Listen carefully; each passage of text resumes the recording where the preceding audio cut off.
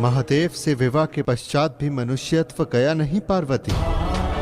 पति से प्रश्न का उत्तर नहीं मिला तो भाई के पास चली आई। और नारायण होने के पश्चात भी आपके भीतर का नर नहीं गया। बहन इतनी दूर कैलाश से आपसे मिलने आई है और आपने ताना मारना प्रारंभ भी कर दिया। पार्वती, सब कुशल तो है ना? कुशल नहीं है, तभी तो आना पड़ा देवी लक्ष्मी।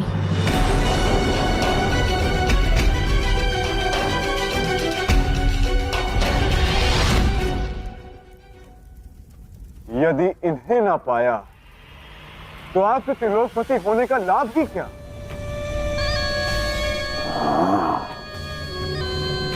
उचित कहा मुन।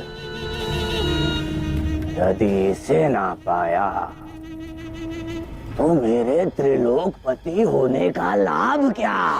तो अभी जाकर कैलाश पर आक्रमण करता हूँ और इस कैलाश स्वामिनी को आपकी दासी बनाकर आपकी सेवा में प्रस्तुत करता हूँ भ्राता।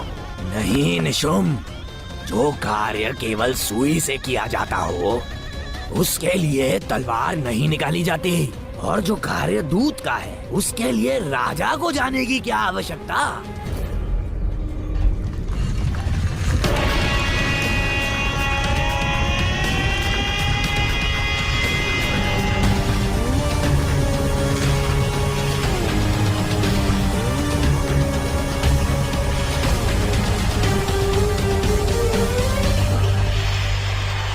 महाराज, सुग्रीव,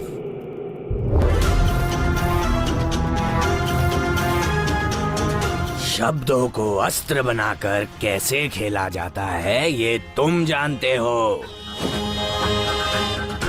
इस कैलाश स्वामिनी को ऐसा प्रस्ताव दो जिसे ठुकराना असंभव हो। कैलाश स्वामिनी होने के नाते अब महादेव ने ये उत्तरदायित्व मुझ पर सौंपा है। तो तुम्हें उस योद्धा को खोजना है।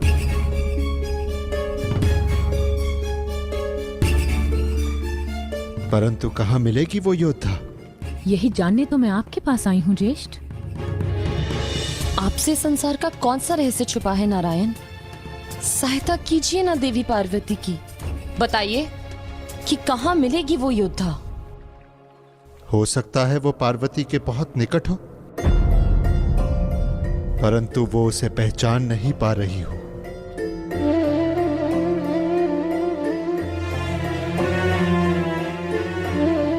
मैं आपका संकेत समझ गई ज्येष्ठ। वो योद्धा और कोई नहीं, देवी लक्ष्मी ही है।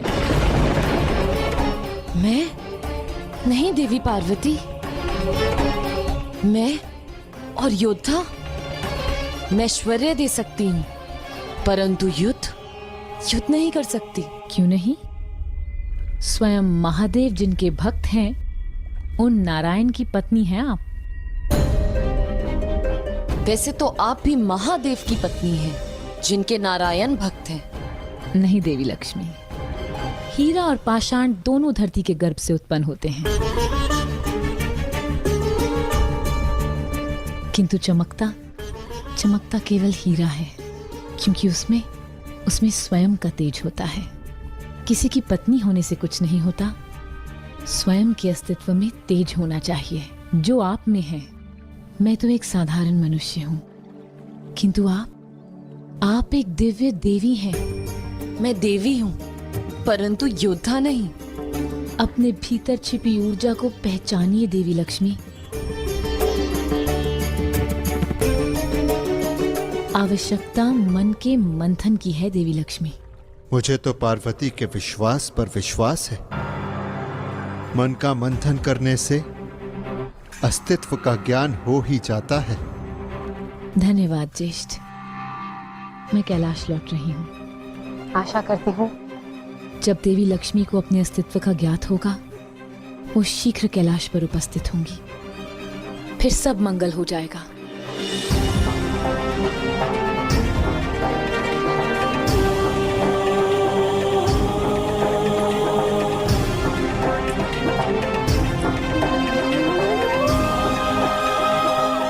उचित कहा पार्वती। एक बार स्वयं को पहचान लोगी तो सब मंगल हो ही जाएगा।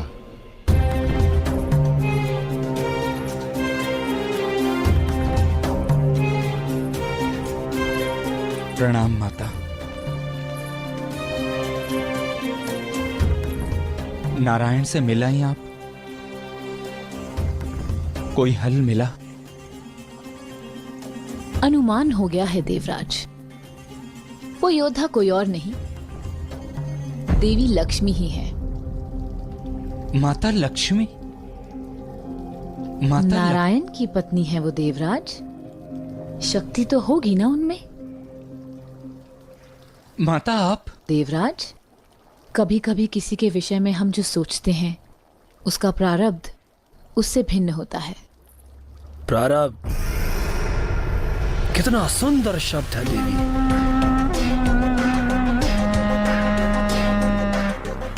किंतु आपसे अधिक नहीं। मैं जानता था ये असुर लौटकर अवश्य आएंगे। ये प्यार से नहीं, वार से मानेंगे। नंदी, वार योद्धा पर किया जाता है, मैं तो केवल दूत हूं। सुग्रीव, अपने महाराज त्रिलोकपति शुंभ का संदेश लाया हूं। तुम असुरों पर विश्वास करने का कोई कारण नहीं। कारण है देवराज। ये शस्त्रहीन है, सेनाहीन है। अद्भुत, अद्भुत। बुद्धिमता और सुंदरता, एक स्त्री में इन दोनों का मिश्रण। जो कहना है स्पष्ट कहो। दूत? क्या करूं देवी, शब्द ढूंढ रहा था। प्रस्ताव बहुत बड़ा है। प्रस्ताव क्या है? केवल शांति। इतने रक्तपात और हिंसा के पश्चात महाराज शुंभ का मन व्यथित है। वो इस युद्ध को समाप्त करना चाहते हैं, देवताओं से संधि करना चाहते हैं।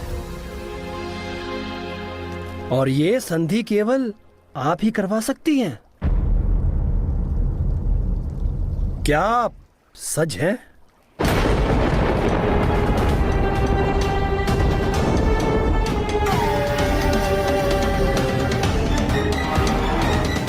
क्या करना होगा मुझे? त्याग, केवल त्याग। आप एक स्त्री हैं। स्त्री एक माता होती है, बहन होती है, पत्नी होती है। और स्त्री का कर्तव्य और प्रारब्ध दोनों त्यागी है। स्त्री का जन्म ही इसलिए हुआ है कि वो पुरुष के लिए त्याग करे। आपको बस त्याग करना होगा। सोचिए, आपका त्याग कितना महान होगा। एक साधारण मनुष्य के त्याग से सभी देवता सुरक्षित रहेंगे।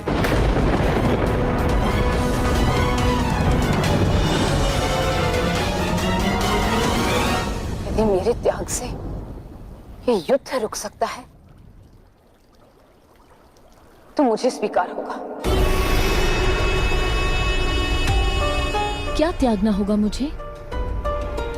क्या मांग है तुम्हारे स्वामी की? मांग नहीं है, देना चाहते हैं। आपको बस स्वीकार करना होगा। तीनों लोकों का आधिपत्य स्वीकारना होगा आपको।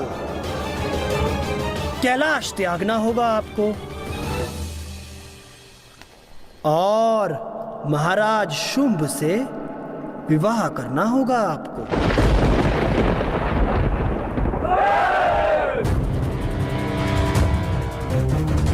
नंदी, एक दूत